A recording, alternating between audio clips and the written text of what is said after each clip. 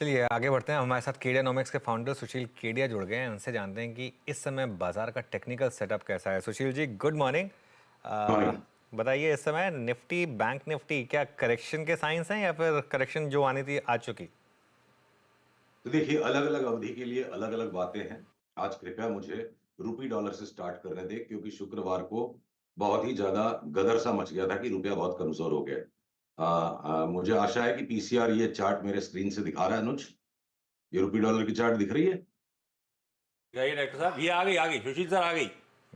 Okay. तो देखिए, ये जो शुक्रवार को एकदम से तपाक से जो रुपया ऊपर उछला और चारों तरफ हाहाकार सा मच गया कि गया भारत का रुपया तो गया। तो ये जो क्लाइमैक्टिक मूव्स जब आते हैं ना, चाहे मंदी के दौर में अंतिम लास्ट के कुछ दिन या तेजी के दौर में अंतिम लास्ट के कुछ दिन, तो ये लगता है कि जैसे बस बिल्कुल गला कट गया और उसके बाद अगले दिन का ये रिवर्सल है। तो डिटेल में इस चार्ट को हमने खैर पोस्ट कर दिया, एक 30 मिनट का वीडियो बना के ट्विटर पे, जिन्हें देखना वहां से देख सकते हैं। मैं आपको संक्षेप में ये कहूं कि अगर ये नीचे की पीली रेखा टूट गई, जिस दिन 82.5 के नीचे डॉलर गया, उस दिन से हम 100 शेयर की भी शॉर्ट ट्रेडिंग बंद कर देंगे और एक तरफा 5,000 पॉइंट की तेजी निफ्टी पे खेलेंगे, अगर ऐसा होता है तो। और अगर ये ऊपर की पीली रेखा टूट जाती है तो ठीक है, एक बार 1,001 पॉइंट का करेक्शन निफ्टी दे सकती है, उसके बाद वापस 5,000 पॉइंट की तेजी। तो 21,000 की मंदी नहीं, और अगली होली तक 26,000 की निफ्टी हो जाए, इस बात की संभावना मैं रूपी डॉलर की चार्ट से निकालता हूं। बैंक निफ्टी और निफ्टी आईटी पर क्या व्यू बनेगा सुशील? ये तो बात हो गई निफ्टी की और डॉलर रुपए की। तो देखिए, अगर अगर निफ्टी में 1,000 पॉइंट की करेक्शन संभव है अगले एक सवा महीने में, असंभव नहीं है। 20,900 का एक सपोर्ट है, अगर वो टूट गया तो 20,600, सॉरी 21,600, और फिर 21,200। तो 21,200 तक अगर ये जाती है तो 2,500-3,000 पॉइंट का करेक्शन कभी भी बैंक निफ्टी में आ जाए वो संभव नहीं है। उस जगह को रखते हुए दिमाग में, शॉर्ट टर्म में बैंक निफ्टी ने अंडर परफॉर्म जो किया है, तो अगर ये करेक्शन नहीं आता है और हम वापस अभी फिलहाल निफ्टी में 22,700 को फिर से एक बार टच कर जाते हैं, तो उसको मुझे लगता है बैंकिंग और फाइनेंशियल्स लीड करेंगे। शॉर्ट टर्म तेजी अगर होती है, बाजार देखिए इस वक्त बिल्कुल फ्लक्स के अंदर है। दोनों तरफ में से आपको निम्बल फुटेड होना होगा, तभी आप ट्रेडिंग कीजिए, वरना आप मत कीजिए। मतलब एक डिसाइसिव ट्रेड मैं आपको दे जाऊं, ये आज की तारीख में संभव नहीं है। ये हम देखिए, अप ट्रेंड लाइन जो निफ्टी का है वो टूटा हुआ है, हम स्ट्रगल कर रहे हैं। तो जब तक हम 21,900 के नीचे बंद नहीं देंगे, तो हम 22,700 की चाल को बनाने की कोशिश करेंगे ट्रेडिंग में। और 21,900 के नीचे बंद जब दे दिया, तो हम फिर 21,200 तक खेलेंगे। तो ऐसी सूरत में बैंक निफ्टी अगर तेजी भी चलती है, जो फिलहाल तो है, तो बैंक निफ्टी आउट परफॉर्म करना चाहिए अगले सप्ताह 10 दिन। ओके। सुशील सर हाय, गुड मॉर्निंग। आपको गुड भी मॉर्निंग। होली की ढेरों शुभकामनाएं। ये आपको भी और आपके दर्शकों को भी खूब सारी ये शुभकामनाएं। आपने जो पीछे गजब की ट्रेडिंग डेस्क बना रखी है, ये क्या हम्म। दिन भर आप ये सारी स्क्रीन ऑब्जर्व करते रहते हो क्या? जब बहुत सारी चार्ट्स एक साथ देखनी हो तो इसको ऑब्जर्व करते हैं, और जब हमारे सौदे सीमित रहते हैं हाँ, तो एक दो स्क्रीन काफी है। गजब है। अच्छा सुशील सर, ये हमने निफ्टी देखिए देखिए, ये सारे आलसी लोगों के साधन है, बार बार गर्दन ना घुमानी पड़े, तो एक साथ बहुत सारी चार्ट्स एक नजर में दिख जाती है। अच्छा सुशील सर, निफ्टी निफ्टी बैंक की चर्चा हुई, अब वो आईटी से अब जरा एक सेक्टोरल उस पॉकेट पे आता हूं। हम्म। पिछले हफ्ते थोड़े से हिचकोले खाने शुरू करे क्योंकि वो अनसर्टनिटी और बढ़ने के इंडिकेशंस आए। एक दिग्गज ग्लोबल आईटी कंपनी ने कहा कि हमारा तो गाइडेंस काटना पड़ेगा, थोड़ी सी दिक्कतें क्लाइंट के बजट्स में नजर आ रही हैं। अब ये आईटी को लेकर रह रहे कि अनसर्टनिटी जो लिंगर ऑन करती है, उसके बीच में आपने आईटी इंडेक्स को आई एम श्योर स्टडी करा होगा, इंडिविजुअल कंपोनेंट्स को स्टडी करा होगा। कैसा स्टैकअप कर रहा है आईटी इस समय? क्या करना चाहिए इस पॉकेट में? देखिए, उदाहरण के तौर पर पीसीआर से अनुरोध है, टेक महिंद्रा की चार्ट मेरे स्क्रीन पे उसे खोला जाए। इसको हम एक उदाहरण के तौर पे ले रहे हैं। तो ये जो HCL tech, tech Mahindra, TCS, Infosys, Wipro, इन 5 मोटे बड़े स्टॉक्स पे, लार्ज कैप आईटी पे फोकस करें। तो ये जो खबरें जब आती है ना, ये ओपिनियन जो आता है, ये भावनाएं जो आ जाती है, एक्सेंचर का गाइडेंस कम आ गया तो मतलब एक्सेंचर एक्सेंचर भगवान हो गया सारे विश्व का। ये जो over reactions, emotional over reactions जो आते हैं, ये टिपिकली किसी एक चाल के खत्म होने पर over reactions, emotional over reactions आते हैं। पैटर्न और सेटअप बिल्कुल क्लियर है। ये एक लंबी अवधि का करेक्शन पूरा हो चुका है इन लार्ज कैप आईटीज में, जो मैं आपको महीनों से बोलते आया कि लार्ज कैप आईटीज नहीं लेंगे, हम खाली स्मॉल कैप आईटी पे फोकस करेंगे।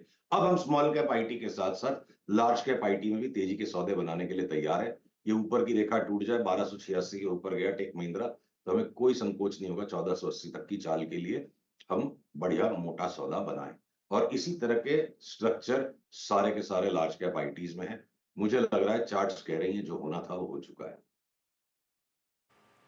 ओके भाई साहब, ये आईटी में जो कंसर्न्स आते हैं इसमें ज्यादा ये अच्छे मौके दरअसल शायद दे रहा हो आपको गिरावट में खरीदारी करने के। और सबसे ब्यूटीफुली एक्सप्लेन्ड टेक महिंद्रा, उसकी चार्ट आपकी स्क्रीन पर थी। एक बार वो डिफाइंड ट्रेजेक्टरी के ऊपर मूव करना शुरू करा तो शायद बढ़िया अपटिक्स, बढ़िया उछाल इस पैक में देखने को मिलेगा। अच्छा, ये तो आईटी मैंने बात छेड़ दी, लेकिन आपके लिए इस समय आपकी टॉप सेक्टोरल बेट सुशील सर कौन सी है? कौन सी पॉकेट रडार पे और कौन सी पॉकेट के साथ उसके कौन से कंपोनेंट्स, कौन से स्टॉक्स पसंद आ रहे हैं? तो देखिए, हम एचपी बीपी पे ज्यादा ही जल्दी तेजी करके थोड़ा जल्दी निकल गए थे और उसके बाद मैं लास्ट की तेजी को आपके साथ पकड़ नहीं पाया था। नकारात्मक रहता था कि छोड़ते हैं इनको, थोड़ा करेक्शन होने दीजिए तो लेंगे। तो अब हम क्रूड की चार्ट के हिसाब से ध्यान ज्यादा बना रहे हैं। इंट्राडे में नॉइजेस आती रहेंगी क्योंकि यहाँ का लोकल सट्टा भी काम आएगा। तो मुझे लगता है एचपीसीएल, बीपीसीएल और उनके साथ साथ ये आईओसी, इनमें बहुत बड़ा आउट परफॉर्मेंस अब आना चाहिए। मुझे क्रूड का भाव ढेर होते दिखता है। हाँ, उसके लिए एक ही शब्द है, क्रूड ढेर हो जाएगा, तेल का तेल निकल जाएगा। इस थीसिस पे हम काम कर रहे हैं और अगले 2 दिन में इसका फैसला आ जाना चाहिए। क्रूड वापस अगर नीचे की तरफ सरकना जोर से शुरू हो गया तो हमको कोई संकोच नहीं होगा एचपीवीपी आईओसी में मोटा दांव लगाने के लिए। ये तो हो गई एक सेक्टर स्पेसिफिक बात लार्ज आईटीज के साथ। मैं आपका ध्यान आकर्षित करना चाहूंगा एक और पुरानी हमारी चार्ट है, पुराना हमारे को जिससे प्रेम रहा है, बीएसई। तो जो 2400-2500 का भाव देने के बाद बीएसई ने अब जो आकर के ये जो साइडवेज करेक्शन पूरा कर दिया है, पीसीआर से अनुरोध है इस चार्ट को जरूर दिखाएं। तो अब ये जो साइडवेज बैंड में जो बीएसई जा रहा है, ये जो भी इसमें थोड़ा समय काट ले, इवेंचुअली जब ये इस साइडवेज बैंड के ऊपर 2500 के ऊपर निकलेगा तो हमारी चार्ट में 3200 की चाल ट्रिगर होती है। और सीडीएसएल में भी इसी तरह से तकरीबन 50% की चाल जो प्रोजेक्टेड होती है, 50% सीडीएसएल, 40% बीएसई। तो वास्तव में जो सेक्टर रिटेल के जेब में है, जहां ज्यादा पार्टिसिपेशन है, जो कि बी ग्रुप स्टॉक्स, तो जब जब बीएसई में बड़ी चाल आई है पास्ट में, तो बीएसई की अर्निंग्स बढ़ेगी तो वो चाल जस्टिफाइड होगी और उसी लिए पहले कुछ लोग लेते हैं उसे और अब ट्रेंड आ जाता है। तो ये कब होता है? बीएसई का मुनाफा जोर से बढ़ता है जब भयंकर वॉल्यूम्स बी ग्रुप में लौटते हैं, और बी ग्रुप में वॉल्यूम्स तब लौटेंगे जब बी ग्रुप में भी वापस बेतहाशा तेजी लौटेगी। तो नेट नेट 2024 में संयम बनाए रखें। जो पिटाई एक बार बी ग्रुप स्टॉक्स की हो गई है, तो उसको उस डिस्पोंडेंसी को ऐसा इंडिकेटर नहीं मानना चाहिए कि बाजार की तेजी खत्म हो गई। एक बढ़िया करेक्शन बन चुका है और यहाँ पे बहुत से स्टॉक्स हमें साल भर में मिलेंगे बी ग्रुप में, वायदे के बाहर, जहां 50%, 70%, 80% कमाने वाले बहुत सारे स्टॉक्स अभी भी 2024 में मिलेंगे। ओके अच्छा, बीएससी और सीडीएसएल, चलिए दो स्टॉक जो जिसमें पहले भी आप काफ़ी आवाज़ के दर्शकों को मुनाफा बनवा के दे चुके हैं। इसी से रिलेटेड एक थीम जिसमें पैसा बनाता जो आपने पिक किए थे, मोतीलाल ओसवाल जैसे स्टॉक्स, वो एंजल ब्रोकिंग, मोतीलाल ओसवाल, यहाँ पर क्या एक फ्रेश वेव ऑफ बाइंग की शुरुआत के साइंस दिख रहे हैं? अभी फिलहाल मैं थोड़ा सा उन पे ओपिनियन देखिए रिजर्व रखना चाहूंगा। नीचे के करेक्शन के बाद से मोतीलाल ओसवाल की चार्ट जो हमारे सामने एक रैली हो चुकी है, पहले लीड लेने दीजिए, बीएससी और सीडीएसएल का पूरा प्रॉपर ब्रेकआउट आने दीजिए। हो सकता है तब तक ये करेक्शन करके स्टॉक अगर ये 1318-20 तक आकर वापस घूमे। एक बार इस पर स्पष्टता पूरी तरह से नहीं मिल रही है, अभी साहस करने का मन नहीं है। 100 रुपया ऊपर लेके 500 रुपया ऊपर बेचना बेहतर होगा। अभी के अभी इनको पकड़ने की कोई सिग्नल्स और पैटर्न्स क्लियरली मुझे नहीं मिल रहे। मेटल्स पर क्या व्यू बन रहा है अब सुशील? मेटल्स में क्या कुछ बाय ट्रेड्स हैं? नहीं, हम मेटल्स में एक एक करके सब में इंतजार में, चाहे वो हिंडाल्को में जो भी नीचे से रिबाउंड और रैली होनी थी, अपनी बात हुई थी कि एक बार 540, 45, 50 तक ये जाए तो फिर इसको 450 के लिए बेचेंगे। तो चाहे वो टाटा स्टील हो, चाहे जेएसडब्ल्यू स्टील हो, चाहे हिंडाल्को हो, घूम फिर कर बड़े नॉइजी हैं ये स्टॉक्स और इनकी डाउन मूव को खेलने के लिए बहुत ही शॉर्ट टर्म ट्रेडिंग बार बार करनी पड़ेगी कि सीधी लकीर में ये गिर जाएंगे एकदम से, ऐसा नहीं लगता है, पर डाउन साइड बहुत डीप हो सकता है। और वॉलेटिलिटी इनमें बहुत हाई हो सकती है। कभी वो आयरन ओर का दाम घट गया तो इसलिए लोग लेने भाग रहे हैं। बहुत सारे फैक्टर्स है जिससे मेटल्स के स्टॉक्स के की प्राइसिंग होती है, और चार्ट्स मुझे लग रहा है, मुझे बता रही है कि ये एक ऐसा सेक्टर है जहां मुझे तेजी करने से सख्त परहेज होगा। टाइम टू टाइम मैं इन्हें बेच के ही कमाने की कोशिश करूंगा। ओके, ये है भाई मेटल्स पे व्यू। सुशील सर, इतना एक्सटेंडेड वीकेंड था, आप एंटरटेन करने के लिए अपने आप को मूवी भी नहीं देखते क्या? मूवी देख भी लेते हैं कभी कभी, पर वो खास हमारा शौक नहीं है। पर हाँ, जब कोई आप बता दो कोई बढ़िया पिक्चर है तो आज ही ना, देख लेंगे। क्यों मैं इसलिए कह रहा हूँ कि कोई नहीं देख रहा है। वो पीवीआर देखिए आप, कैसे पिटता चले जा रहा है हम्म। और क्या कमजोरी। पीवीआर ही नहीं, ये पूरा media and entertainment space, even Sun TV वगैरह, ऑफ हाई सब के सब ट्रेड कर रहे हैं। ये पिटने के बाद ऐसा लग रहा है कि एक कंसोलिडेशन जोन में जा रहे हैं, उम्मीद करूं, या यहां से दबाव और गहराने की तैयारी हो रही है सुशील सर? इस प्रश्न के लिए शुक्रिया। देखिए, आपने जब एक प्रश्न पूछा कि कौन से सेक्टर्स, तो ऑयल मार्केटिंग कंपनीज के अलावे एक सेक्टर स्पेसिफिक जो पूरी थीम बनी हुई है वो है मीडिया एंड एंटरटेनमेंट की। देखिए, पीवीआर आइनॉक्स की चार्ट हमारे सामने है। ये बिल्कुल बॉटम ऑफ द बैरल को स्क्रैप कर चुका है, और ये थोड़ा बहुत जो पीवीआर की चार्ट यहाँ इठला रही है, आने वाले सप्ताहों में जिस तरह की मूवीज रिलीज हो रही हैं, मेगा बजट मूवीज, वो जस्टिफिकेशन बन जाएगा।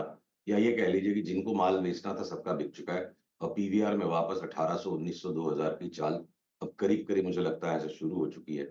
और पूरा का पूरा मीडिया एंड एंटरटेनमेंट सेक्टर एक बड़ी तेजी पिछले साल हमने मार्च अप्रैल से पकड़ी, वो कंप्लीट होने के बाद अब कंप्लीट करेक्शन हो चुका है। और वापस पिछले साल जो मार्च अप्रैल से तेजी 3-4 महीने की आई थी, मुझे लगता है उसका रेप्लिका बनेगा। तो इवन जी जैसा स्टॉक जहां ट्रेडिंग संभव नहीं है, market wide position limit choked हो गई, वो भी मुझे लगता है 50% अचानक उछल जाए। पर उसमें ट्रेडिंग करना सख्त है, मुश्किल है। पोजीशन लिमिट्स चोक्ड अप हो गई है तो फिर सन टीवी मेरा सेकंड बेस्ट चार्ट है, वहां ट्रेडिंग आसान है। तो मीडिया एंटरटेनमेंट में जो आपको समझ में आए, जो स्टॉक ठीक लगे, सारे चलेंगे, कोई सा भी ले लीजिए। ओके, फार्मा में कोई पिक? फार्मा में अनुज, वो लार्ज कैप्स को हम बार बार शॉर्ट करके कमाने की कोशिश करते हैं, कभी कुछ जगह स्टॉप लॉस खाते हैं, पर वो लार्ज कैप सारे फार्मास टोटल साइक्लिकल पीक आउट लग रहे हैं। फिर साइक्लिकल पीक आउट अपनी जगह पे है, शॉर्ट टर्म ट्रेडिंग में उनको संभालना पड़ता है। और स्मॉलर फार्मा में हम वैसे के वैसे लगातार तेजी में, एक फार्मा स्टॉक पे सिग्निफिकेंट चेंज ऑफ व्यू है, जो हम डीवीज लैब को क्लासिफाई करके बैठे थे कि इसमें हमें तेजी का सौदा नहीं करना, इसको हम बेच बेच के ही लेंगे, वो क्लासिफिकेशन अब बदल गया। अब हमको डीवीज लैब, इसकी चार्ट कृपया पीसीआर दिखाए। अब डीवीज लैब में हमें ऊपर की रेखा टूटते 3500 के ऊपर जाते 4200 की चाल दिखती है। तो 3500 से 4200 यानी 20% का अपसाइड डीवीज लैब में संभव है।